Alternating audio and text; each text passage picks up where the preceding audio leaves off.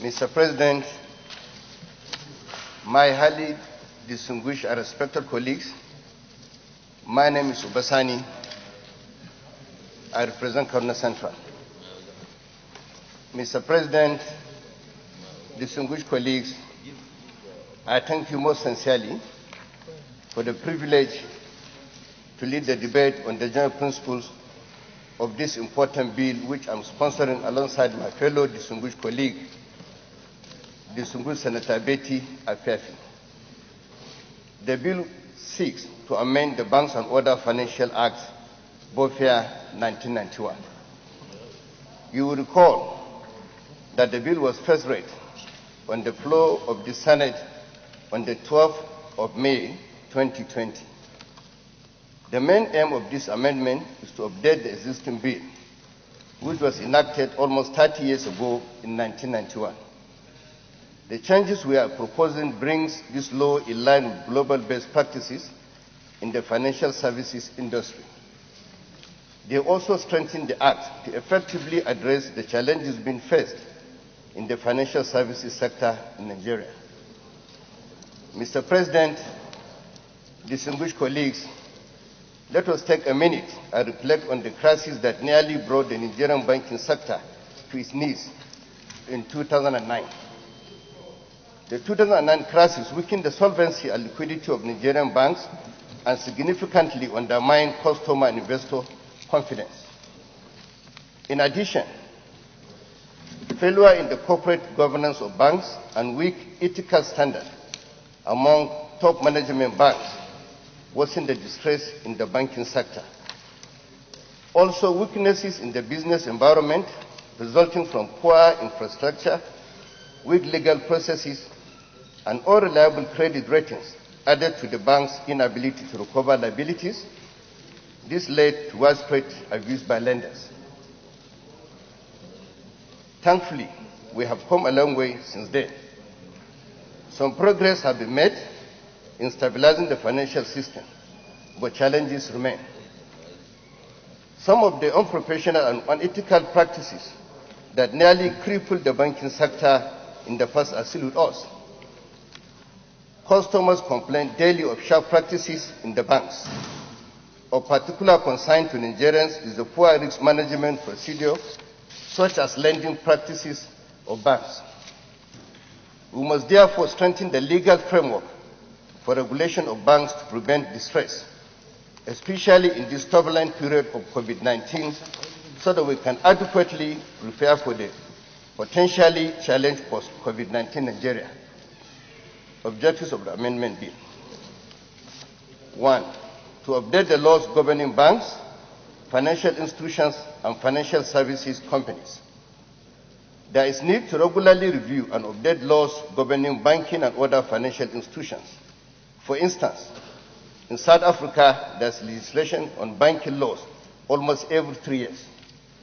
In Egypt, as recently as 2019.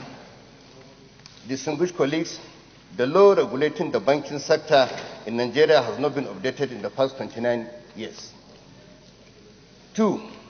To enhance efficiency in the process of obtaining or granting banking licenses, this will ultimately engender the needed investment, both local and foreign, in financial sector to address the problem of non-financial inclusion faced by almost 60% of adult population in Nigeria.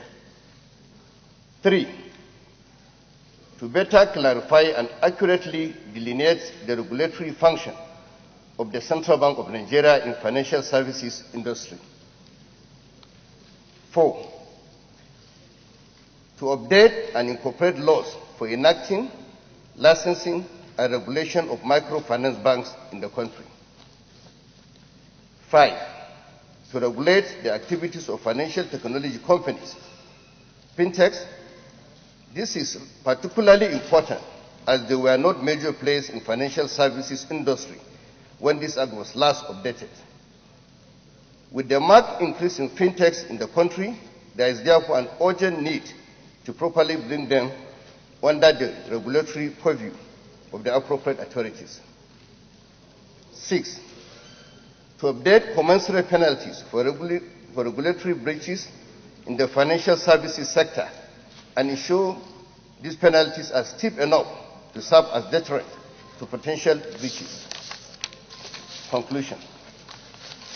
Mr. President, distinguished colleagues, the Banking and Other Financial Institutions Act is long overdue for review and amendment. A strengthened legal framework is very critical and strategic to maintaining the health of a banking sector. A sanction regime that is effectively implemented will help check nefarious practices in the banking sector and prevent future distress. The challenge of COVID-19 has further worsened the economic situation of countries. We must not take chances. We must remain vigilant and keep our banking under our close watch. A stable financial sector will lift Nigeria to a new height in a post-COVID world. A stable and strengthened banking sector will focus its activities and concentrate on providing credit access to micro, small and medium enterprises to help grow the economy. Mr. President, my distinguished colleagues, one of the major indices of a nation on the path to sustainable development is depth and stability of its financial sector. The financial sector is very strategic to the development of our beloved country, and all necessary measures must be taken to ensure its stability. This bill deserves your urgent attention. I urge you to support it. Thank you most sincerely, Mr. President, my distinguished colleagues, for listening to me and for your anticipated support. Thank you. Mr. President, we all know the importance of the financial service sector in every economy. When you have a one that is not sufficient, is not effective, of course, that economy will not function well. Therefore, making sure you have laws that will properly put in place that sector to function very well is sine qua non to having a very sound and running economy. And that's why I commend the sponsor of this bill for bringing forward this bill at this at this time that our economy is facing a lot of problems due to the pandemic, due to the COVID-19 pandemic. Of course, there's a need that we run the sector in line with international best practices to make sure that we uphold sound ethical standards, good corporate governance, and also having a central bank that will be strengthened by law to perform its function, not to allow it to be extremely independent in a way that its essence cannot be checked, and also not allowing it to be remain in a loose manner that it can be influenced by decisions from outside its fold. So therefore, the need remains as enshrined in this bill that we have a sound legislation to guide this very important sector. I therefore urge my colleagues to support this bill because of its importance. Thank you. Let me first second, and in seconding it, let me commend the effort of Senator Sonny. First, Mr. President, we all know the importance of not just banking but financial institutions in general. We know the strategic importance and implication of when such institutions are not stable. Mr. President, to state the least, this bill that we are about to amend is totally obsolete.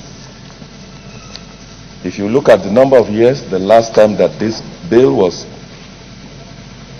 updated is almost 30 years, 29 years, and we can safely say 30 years. Even if it were to be even 5-10 years, we can still argue that it will not be up to date. Mr. President, we are bedeviled by so many things, and we all will recount how AMCON, what led to AMCON. Of course, AMCON was a child of necessity when our banks, many of them were in distress. Of course, AMCON has to come in, despite the fact that we have NDIC in place. Mr. President, I've looked into this and I've seen that it will be in the interest of our nation and indeed Nigerians if we quickly look at this bill, refer it to have the public hearing, and eventually, no, I've not made my point. Those in favor that this bill be now read a second time, say aye. Those against, say nay. The ayes have it. Clerk of the Senate. Repeal the Banks and Other Financial Institutions Act, Cap B3, Laws of the Federation of Nigeria 2004, and reenact the Banks and Other Financial Institutions Act 2020 and for matters connected therewith. 2020 second reading taken, and the bill is referred to the Senate Committee on Banking, Insurance, and Other Financial Institutions to report back within 4 weeks. Leader of the Senate.